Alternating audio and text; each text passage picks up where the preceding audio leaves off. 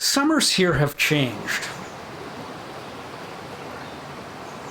The wildfire smoke, some days it just hangs there, thick. You're on the bike and you're thinking, why am I doing this? What am I breathing? Yeah, you can see the fire burning just here. You can sure smell the smoke in the air. And at a certain point, you start reconsidering all your hydration choices. The Gatorade, the electrolytes, all of it. With all the smoke in the air, straight bourbon starts to make a whole lot more sense. And that's when I decided I was going to stop riding outdoors.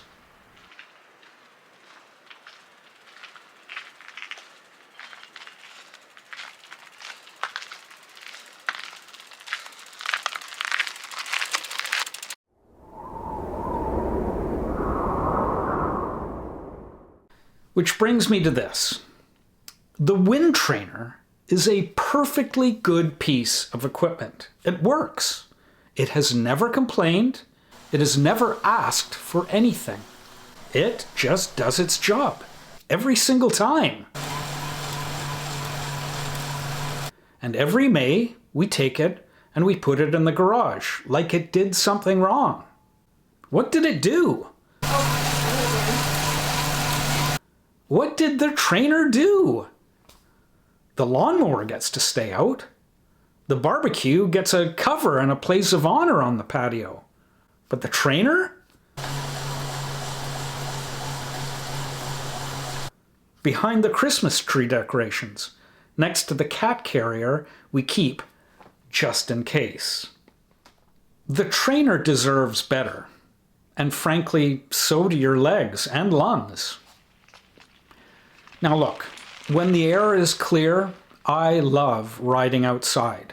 This whole channel exists because we love riding outside.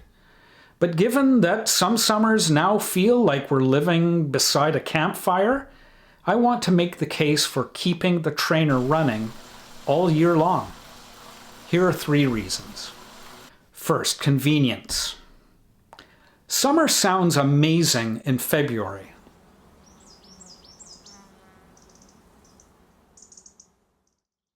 Oh, I'll be riding every day, every single day. So you head out at 7 a.m. to beat the heat.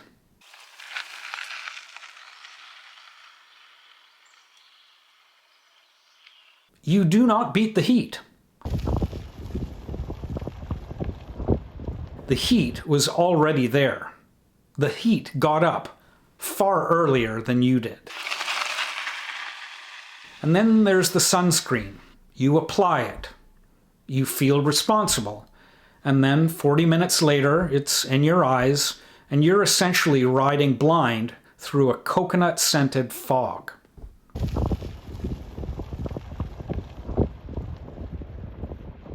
And the bugs.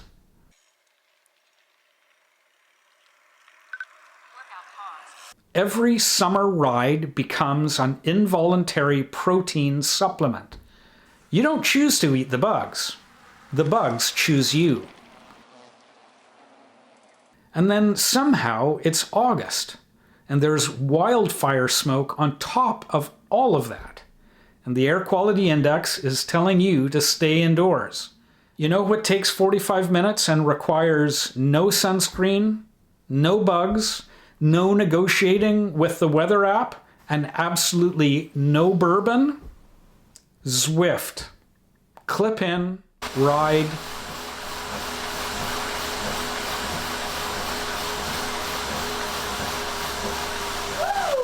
Done.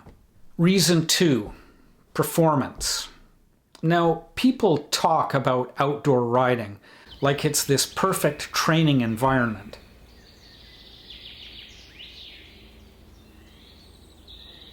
And I love riding outdoors. But let's be honest about outdoor riding. You go hard up a hill, then you coast down. Then you stop at a light, Then a dog runs out and chases you. Dogs. Hi, poochies. Then you eat a gel and somehow get it all over your fingers and on your sunglasses, which are already covered in sunscreen and bugs. That is not a structured workout. That is an adventure. A wonderful, chaotic, slightly disgusting adventure, but still just an adventure.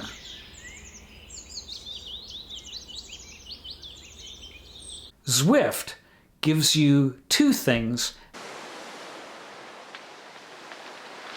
outdoor riding can't: controlled effort and zero dogs or bugs.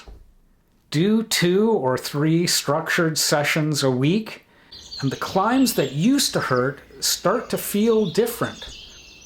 It's not magic, it's just math. Reason 3, the fun factor.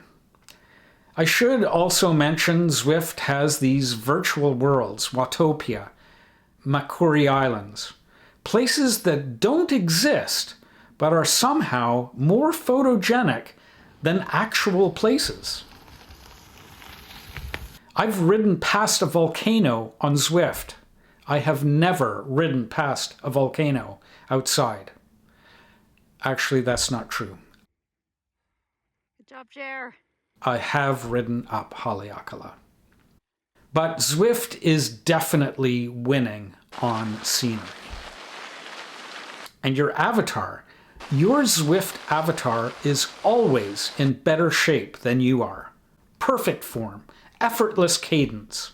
Meanwhile, you're in your garage, fan on full blast, making sounds that would concern a medical professional. Speaking of which, the fan. The fan is non-negotiable. You cannot Zwift without a fan. The fan is not optional equipment. The fan is an essential medical device. But here's the thing I really didn't expect.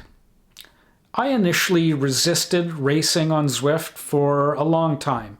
I thought it was for people who don't like going outside.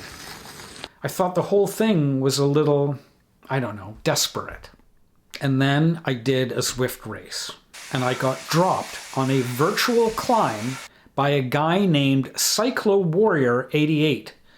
And I have never wanted anything more in my life than to catch him. My heart rate was 163 beats per minute. I was furious, and I was having the time of my life. There is something genuinely, embarrassingly addictive about racing real people on fake hills.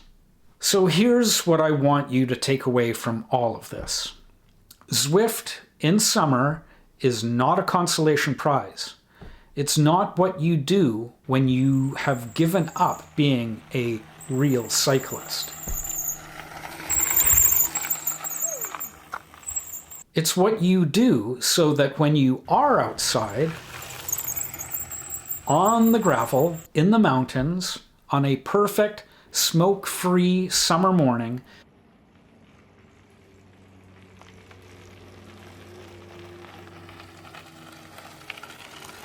with your sunscreen properly applied and your bugs already eaten,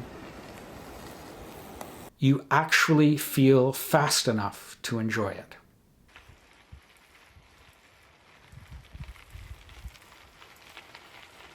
You already own the trainer. It's already in your garage, right next to the cat carrier. Dust it off. If you're a year-round Zwifter, you are my people. Tell me in the comments. And if this video gets you back on the trainer, I genuinely want to hear about it. Especially if you're able to catch Cyclo Warrior 88. If you enjoyed the video, give it a thumbs up and consider subscribing to the channel. And until we ride again, take care.